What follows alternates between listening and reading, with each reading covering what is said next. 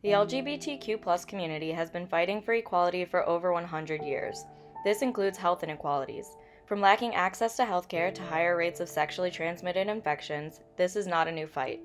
While there have been some progresses made, this community is still battling the healthcare system to not only feel comfortable being tested for STIs, but also being treated for them in a culturally sensitive manner. The LGBTQ community has had a higher rate of sexually transmitted infections throughout history and still today. This has to do with factors such as social stigmas, risky sexual practices, discrimination, and unfair treatment by medical workers, and inequity of health insurance that contributes to this health disparity. These are all important since cisgender heterosexual individuals do not face this health disparity at such alarming rates as the members of the LGBTQ community do. There are social stigmas that exist against their sexual orientation in the healthcare industry, which may make it so that people of the LGBTQ community will not go to a clinic or doctor to have regular checks or tests done to make sure that they are negative for STIs. Of the LGBTQ community may be spreading STIs due to the lack of awareness that they have contracted one, which may also have been the result of the risky sexual behaviors that they may participate in, such as having multiple sexual partners, participating in unprotected sex, and injecting themselves with hormones or drugs. The support of sexual orientation and gender identity from a doctor has led to better experiences and more regular use of available care.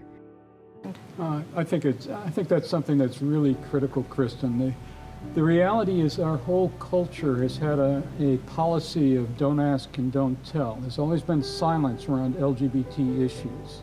Since people have always felt that there was something wrong around lesbian, gay, bisexual, transgender people, it's been a shaming process that has suppressed any activity about LGBT health. Also, the point is that LGBTI individuals face significant health disparities, always have, for the most part, worse health outcomes within our system. Focusing on that from a medical school or specifically from an education perspective, and then moving on to national advocacy, tries to narrow the gap in these health disparities. So how do we help these individuals? The ultimate goal is to improve the health and safety for the LGBTQ community, especially since they are more susceptible to being exposed to STIs. A main problem within the LGBTQ community is the feeling of not being safe within a healthcare setting or not feeling as if they are being taken seriously.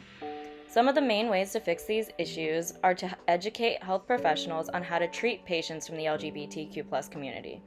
Also, fixing the stigmas against these patients and ensuring that they are able to have access to healthcare are all essential. For further education of healthcare professionals, there are often conferences for the medical field that are year-round and kept up with the most up-to-date information about LGBTQ patients. They are also able to share what they have learned with everyone else in the medical field and ensure that these patients are being treated and encouraged in a safe manner. These conferences aid in the progression of healthcare equality and shed light to unique healthcare individuals' needs. These conferences also assist in decreasing healthcare discrimination within medical facilities and inspire other healthcare professionals to promote this research to constantly update the conditions of health in the LGBTQ community. In addition to educating medical workers and students, advocating for equality concerning the LGBTQ community members in the health industry is extremely important.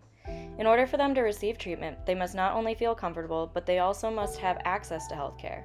Advocacy for culturally sensitive treatment can also help this community by making sure proper pronouns are used, their unique medical needs are met, and they are spoken to in an appropriate manner. By implementing education, advocacy initiatives, and keeping up to date with correct communication practices, not only would healthcare be accessible to these individuals, but it would be a safe and comfortable experience. The National LGBTQ Task Force has said, "We are building a future where everyone is free to be themselves and everyone is safe." However, they also acknowledge that we are not there yet. In addition to the National LGBTQ Task Force, an organization known as GLAMA is working alongside them.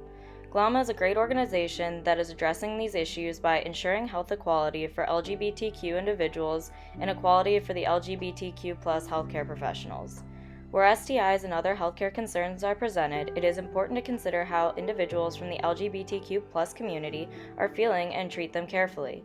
GLAMA advocates for equity within the medical field when treating LGBTQ patients and aiding these professionals to create a more comfortable environment for these patients. By doing so, this will ensure that these patients can feel safe in these unfamiliar environments. They also advocate for reforming healthcare that could be potentially harmful for LGBTQ+ individuals and make policies more LGBTQ+ friendly. Sharing this information can be as simple as using social media. Anyone can take the following steps to make a difference. Follow LGBTQ+ organizations on social media, and repost and retweet information found on Twitter and Facebook pages so that it reaches a broader audience. To treat me, you have to know who I am. I identify as a Latina lesbian mother. To treat me, you have to know who I am. I identify as a transgender man. To treat me, you have to know who I am. I identify as a gay man.